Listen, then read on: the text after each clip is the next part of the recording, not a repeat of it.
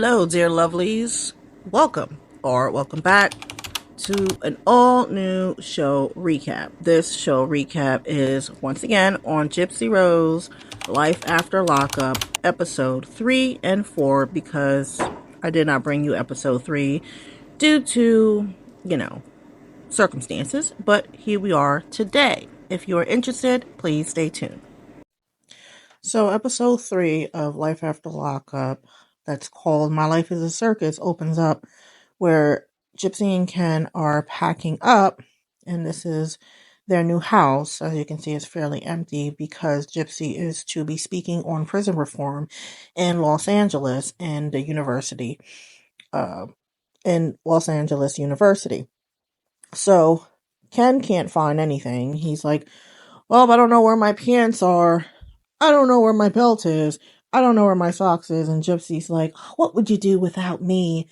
And it's funny that she says that because Gypsy, you don't do anything at all. We all know Ken cooks, Ken cleans, Ken pretty much does everything around the house because Gypsy can't fend for herself. She is not an independent individual. So it was just hilarious that she said that. So they're just pretty much packing up and getting ready to go to the airport. If I may also note that Ken starts packing up his suitcase luggage on top of the bed, which is, in my opinion, really gross because you're hauling your luggage everywhere, from state to state, country, wherever you're going, and you're dragging it across the floor, and you're doing that on your bed. But anyway, they end up picking Mike Stanfield, which is Gypsy Rose's former public defender attorney, and they're all in a car getting ready to go to the airport. They all and camera crew in tow touch down to San Francisco. They all get comfy and unpack in their hotel room where Gypsy is getting her outfit that she's going to be wearing at the college. And she shows Ken, like, look how heavy this is. And he's like, oh yeah, that is pretty heavy. And she asked, he says that, it was funny that he says that this looks like something my grandmother would wear. And she starts laughing. They both start laughing. That is a hilarious statement for him to say, which he's pretty much saying that she's going to look like a grandma wearing that. And Gypsy goes, well then, your grandmother was an elegant woman or something of that nature. I'm telling you, this episode was really boring. We then cut to Mike Stanfield, which is now Gypsy's manager, and he starts saying this sob story from the day that he met her, that she was just like this little weakling victim that couldn't even walk to the attorney-client office room where they can talk because she was overexerting herself and she can barely breathe and just a whole bunch of BS. And I believe that he knows it's BS, but he got money in his eyes, so as long as he has money in his eyes, he is going to defend her until his last breath. And then, of course, while he's saying this such faux sad story, they have to show the image that even mainstream media and major publications like to show this photo. And it's this photo here of Gypsy with, tape all over her face and an oxygen machine on her face, which is nothing other than a sleep study. And I know this is a sleep study because I suffer from severe sleep apnea myself. And I had to be strapped to all of these stupid wires and things, and using the bathroom was hell. But that's all it is. It's a freaking sleep study, but they like to use this to paint a narrative like, look at this poor girl. She has all these wires strapped against her. She is so sick. It's pathetic. So Mike Stanfield, now Gypsy's manager, handles all the aspects of Gypsy's parole, permissions when she need to go out of state. I mean, this girl has come out of prison still being spoiled, where she is never going to learn to be independent and be held accountable for her actions or her decisions or grow as an individual when she's always had everything handed to her, everything free, and people are just doing things for her. when you're on parole, probation, it is your responsibility to, get authority when you have to go out of state, or if you want to do certain things as part of your parole. And, that's what she has Mike Stanfield for. He handles everything for her. So I can't wait to see what's going to happen when she is off parole, because once I stated in the previous video, where with freedom comes responsibility, and Gypsy Rose is not responsible, and she takes no form of responsibility. So I can see her falling flat on her face, especially without Mike Stanfield. I wonder how long he's going to be her manager. Like, doesn't he have a life of his own? I need to look into this. Is he married? Does he have children? Like, what about your family? It's pretty weird that you're dedicating so much of your time and life to this convicted felon, murderer. So we then get to the university, where Gypsy Rose is going to be asked questions on prison reform. Mike Stanfield looking like a security guard Teletubby, and they start asking, some of the students about Gypsy Rose and what have you heard, and they start saying, we want to hear the truth out of her, from Gypsy Rose's mouth herself. And I'm like, well, guys, it's just so sad that these kids are, they're not educated on Gypsy Rose's case, and the lies, and that everything comes out of her mouth is a lie. So it's just so unfortunate that they want to hear the truth from her, and they're not going to get that. But they go on to introduce Gypsy to the stage, and it's so funny because at this time she's still married to Ryan Anderson. So when they announce her name, they call her Gypsy Rose Blanchard Anderson, and then they quickly shoot Ken's face, and I'm looking at him to see, like, is he upset about it? No, he don't care. He don't give a damn. He got Gypsy Rose Blanchard. That's money. He don't care. And I'm going to show you how they don't care, that all of this is just, publicity to them. This is all money. This is all media coverage to them. They don't give a damn, in my opinion, about anything but money, publicity, and that's it.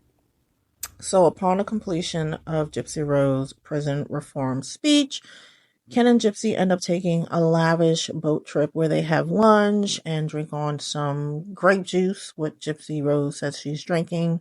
And she's feeling uneasy because there's people canoeing right beside them in the ocean, and they're saying her name, Gypsy, Gypsy, Gypsy. And, Ken's like, what's wrong? What's going on? Are you okay? And she's like, yeah. But then that's when she starts saying, sometimes I just want to be Gypsy.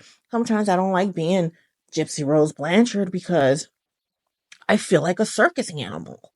Well, newsflash, Gypsy Rose Blanchard, you are a circus. I wouldn't say a circus animal, because circus animals are actually being abused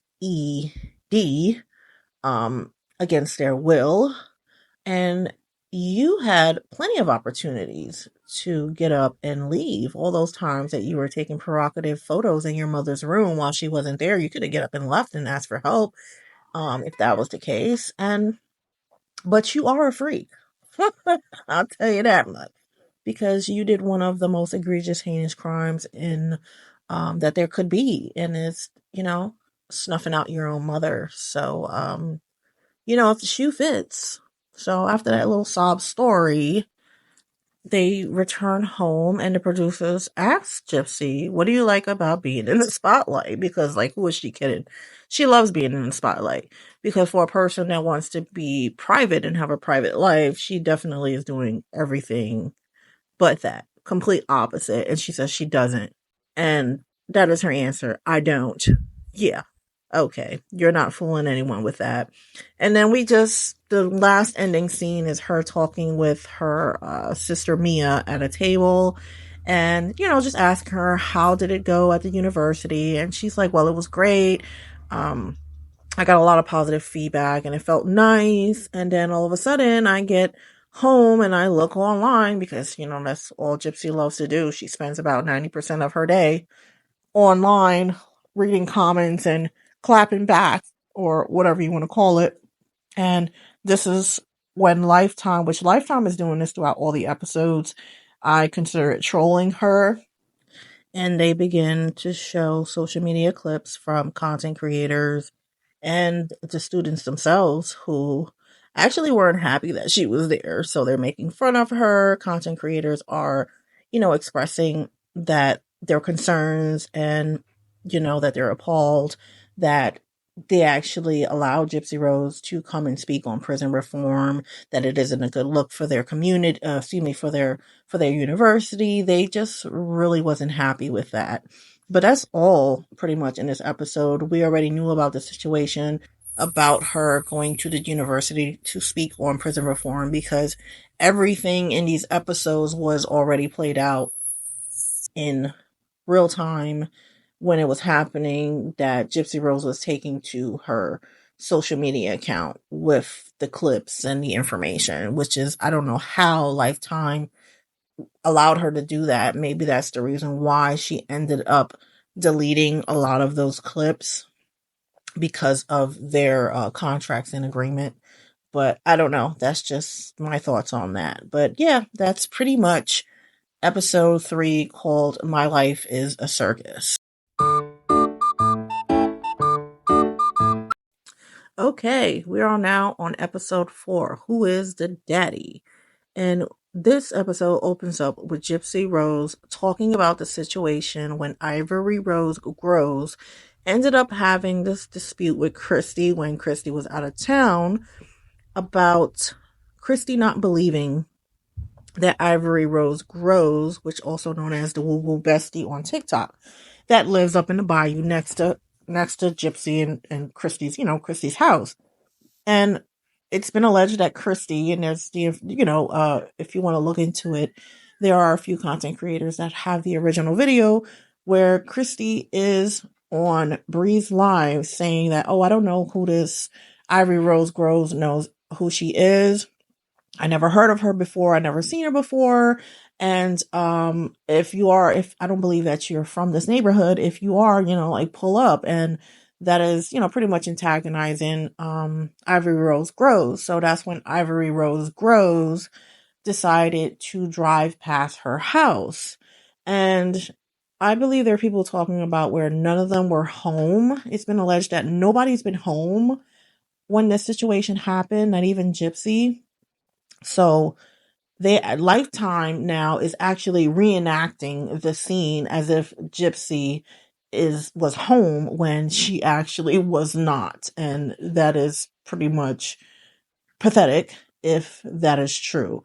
But as far as that part, I can't confirm or deny if, Gypsy, along with Christy and Rod and everyone, was not home at this time.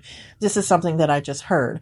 But that's where the beginning is opening, where this actually took place a couple of months back, and apparently Gypsy was filming at this time.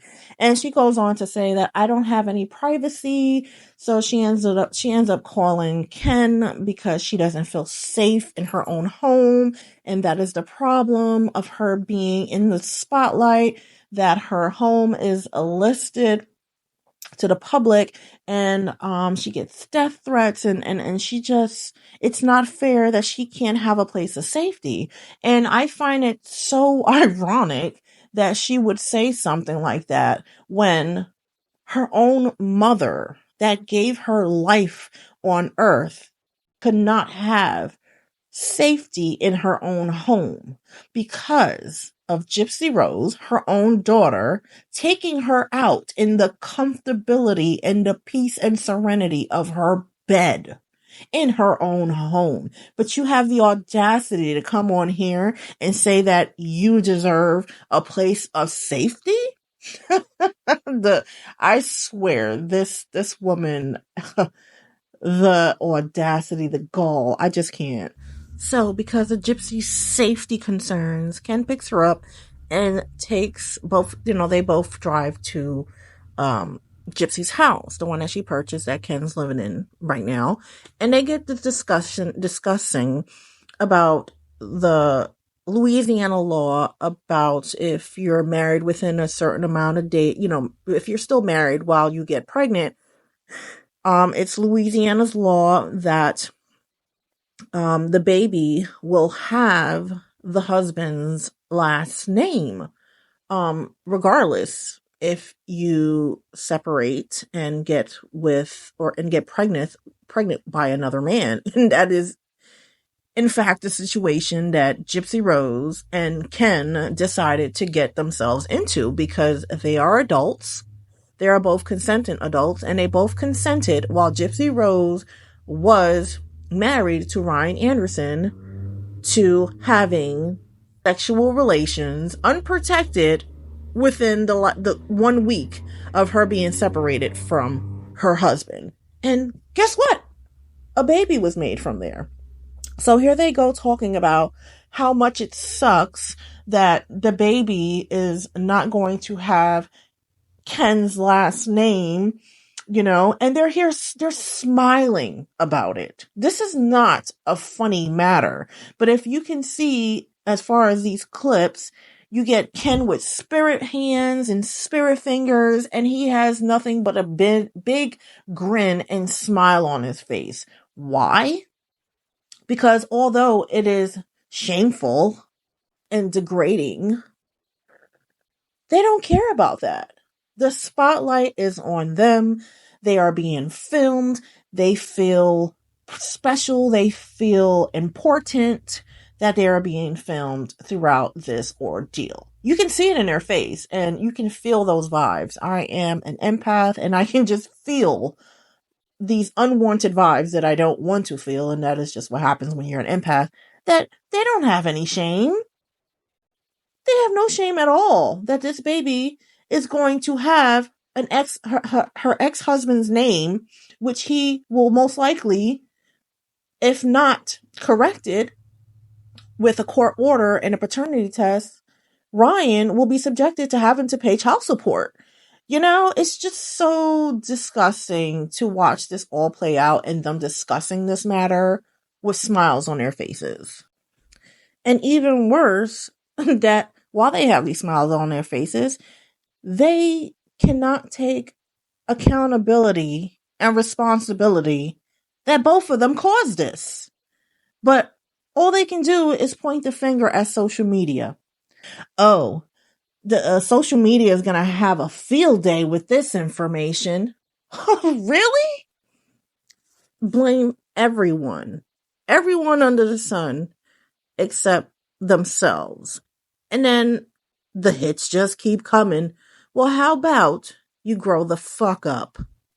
So then we get clips of pathetic Ryan again.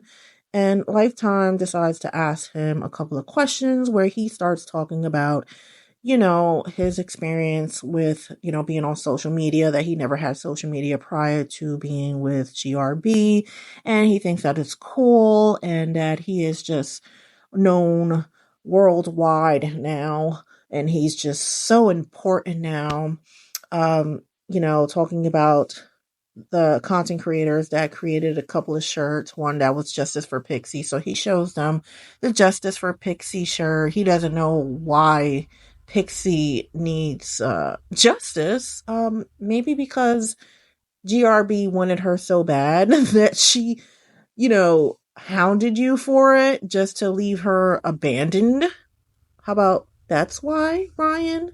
But he can't see past his fucking thick ass glasses that he got on and past Gypsy Rose's underwear.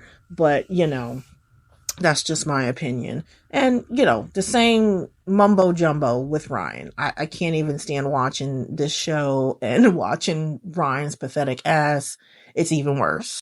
So back at Gypsy's house, Gypsy ends up getting company, and it is this doula that is there to, show Gypsy about their services and things like that. And Gypsy's talking about how she's entering into motherhood. She wants to do right by her baby and she wants to protect her because there are so many crazy people out in this world.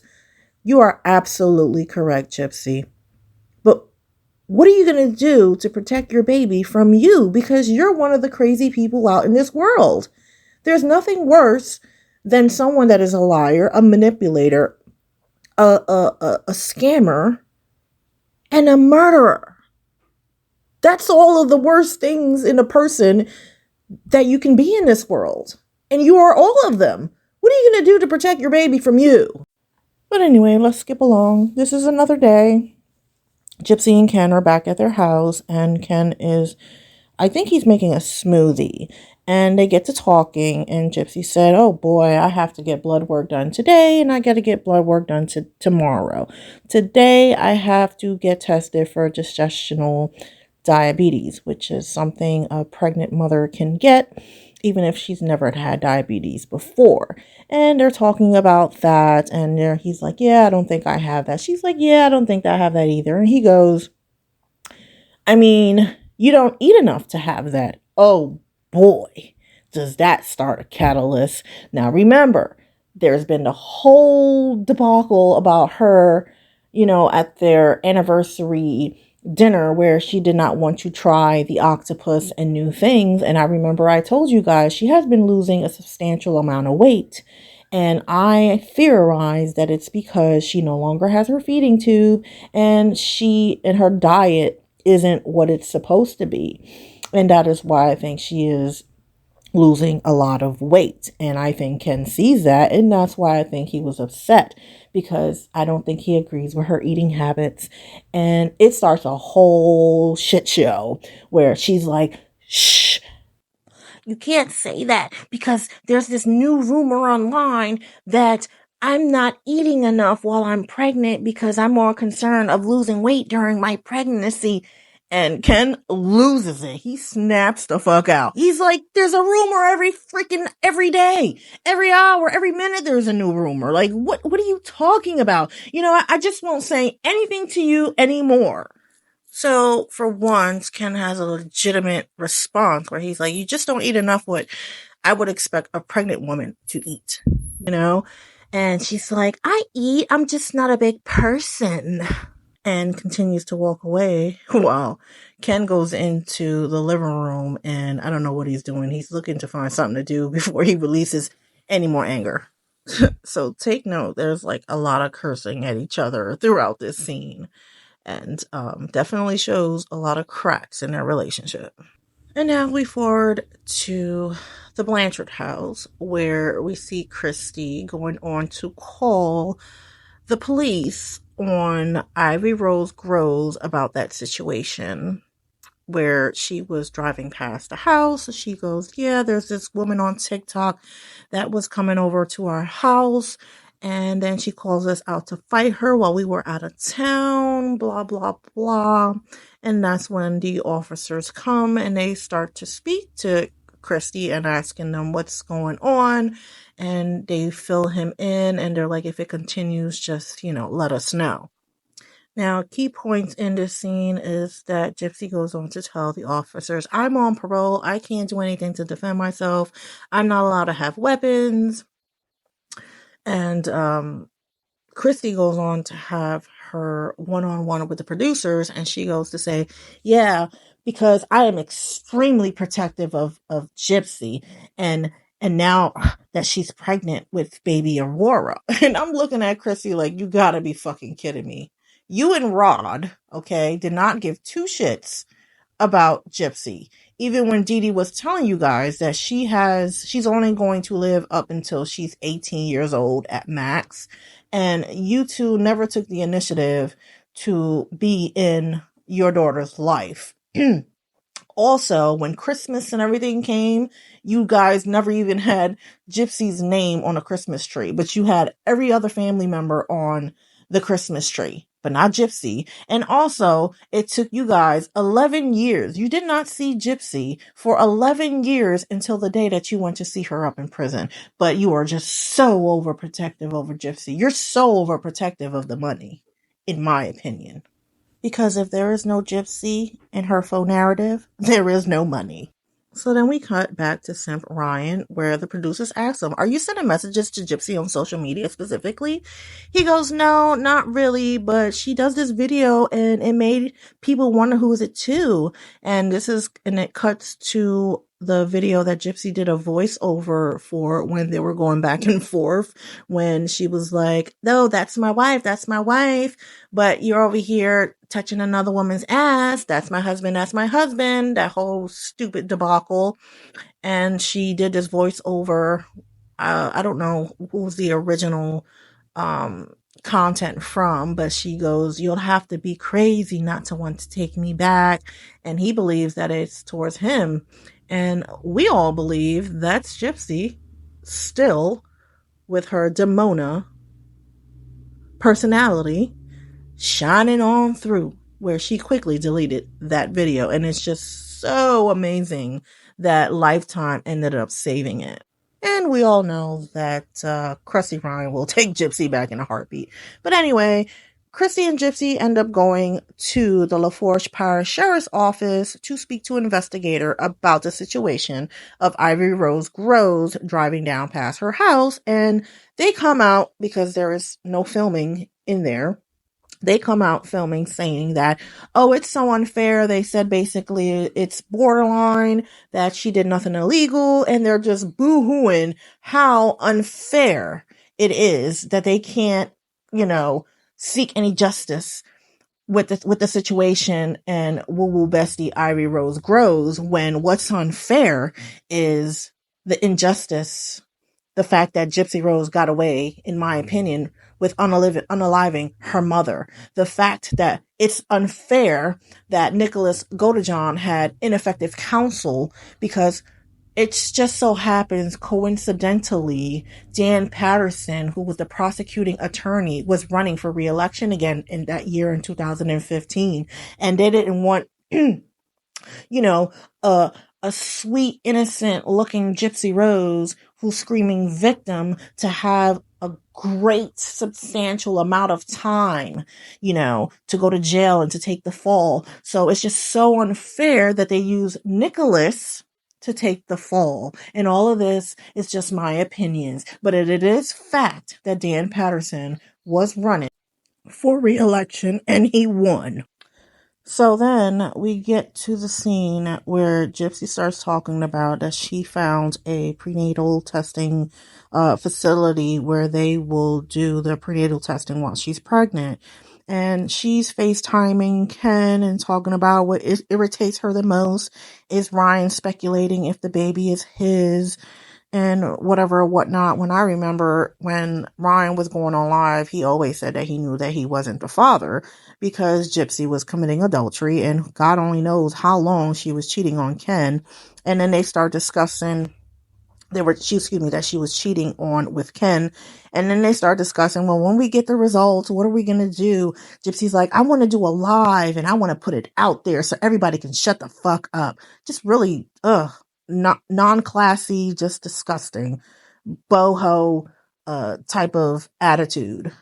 And he's like, "Oh no, that isn't classy. I don't think you need to, put it out there like that. But just those, in your circle, in your family should know.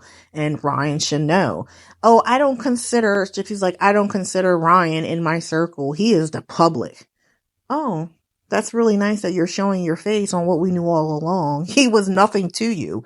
He's just the public. He was just a disposable person that you can use to look good to your parole board, to, have a legitimate and it looks like a respectable home to come home to. That's all he was for. He's just the public. He's nothing."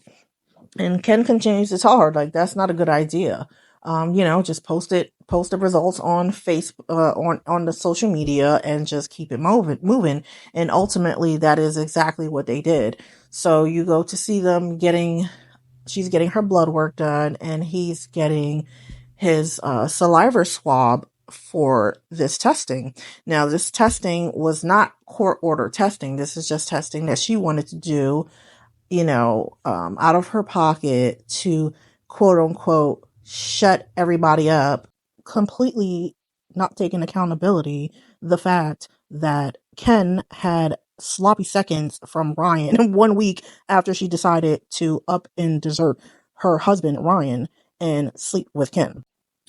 So Ken gets his cheek swabbed and Gypsy get blood work done. And then she sits there saying, "Oh my God, I'm so dizzy. I'm so dizzy." Because they took 2 tubes of blood from her. And I guess because they've been doing a lot of blood work on her due to, her pregnancy. And Ken's like, "Do you want something to eat?" And it's funny that he says that because he's already been attesting to the fact that she is not eating enough. And, quite in fact, when you do blood work, you should always carry some orange juice, or some of that nature. And she's like, no, she don't want food. She's about to throw up. Of course, of course. So she sits there, boohooing that she, is dizzy. And I find it quite interesting that none of the phlebotomist there that's taking the blood work, let her know what she can do to increase her red blood cell count, like, drinking orange juice or having something to eat. But nope, just instead, the thought of food makes Gypsy wants to throw up. So we get to see her all upset, being consoled by her baby daddy. So the last and final scenes is Ken talking to Gypsy. They're in a car. They're going to a pumpkin patch. Because Ken says, you're always upset, Gypsy, because all you do is read the negativity online and that'll make anybody upset. So I just want to take her out so she can forget about all the negativity online. So we're going to a pumpkin patch. So they go and pick out a pumpkin and go home to start carving it. And Ken asks Gypsy, "Well, what did you do for Halloween with your mom? How was Halloween's for you guys? And did you go trick-or-treating?" Gypsy automatically says, "No, we never went trick-or-treating." So Ken goes, "So what did you do?" She goes, "We went to the zoo and then the staff there will hand out candy." And then immediately goes on to say with the Lifetime producers, "I'm going to give my daughter everything, all the holidays and Christmases."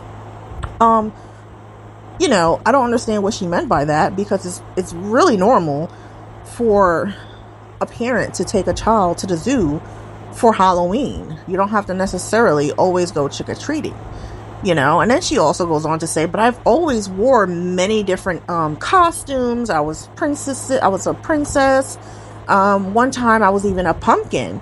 So yeah, you're contradicting yourself. Your mother spent holidays with you and you enjoyed trick-or-treating and Halloween. Just ridiculous.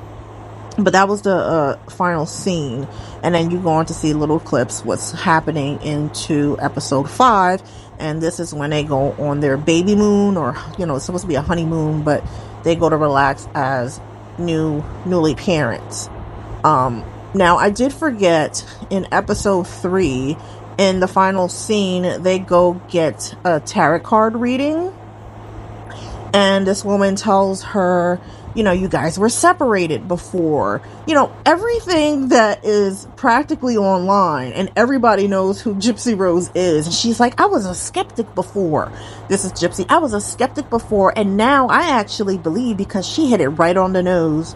And it's just so funny because on Sir Morbid X, they started doing some prank calls, and she was actually on the other end of the spectrum being pranked, and Morbid was acting like Ryan, and it was just so silly and hilarious. But of course, someone from Gypsy Stands, on the Gypsy train, had to go on and call and report that,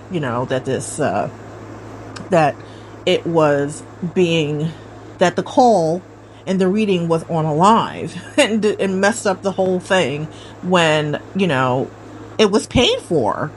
So you're supposed to get your service, but she ended up, in fact, refunding back the money, and all was well. But yeah, that's just a little golden nugget of information that happened with that, and I apologize that I forgot to include that in the ending of the show recap of episode 3, My Life as a Circus.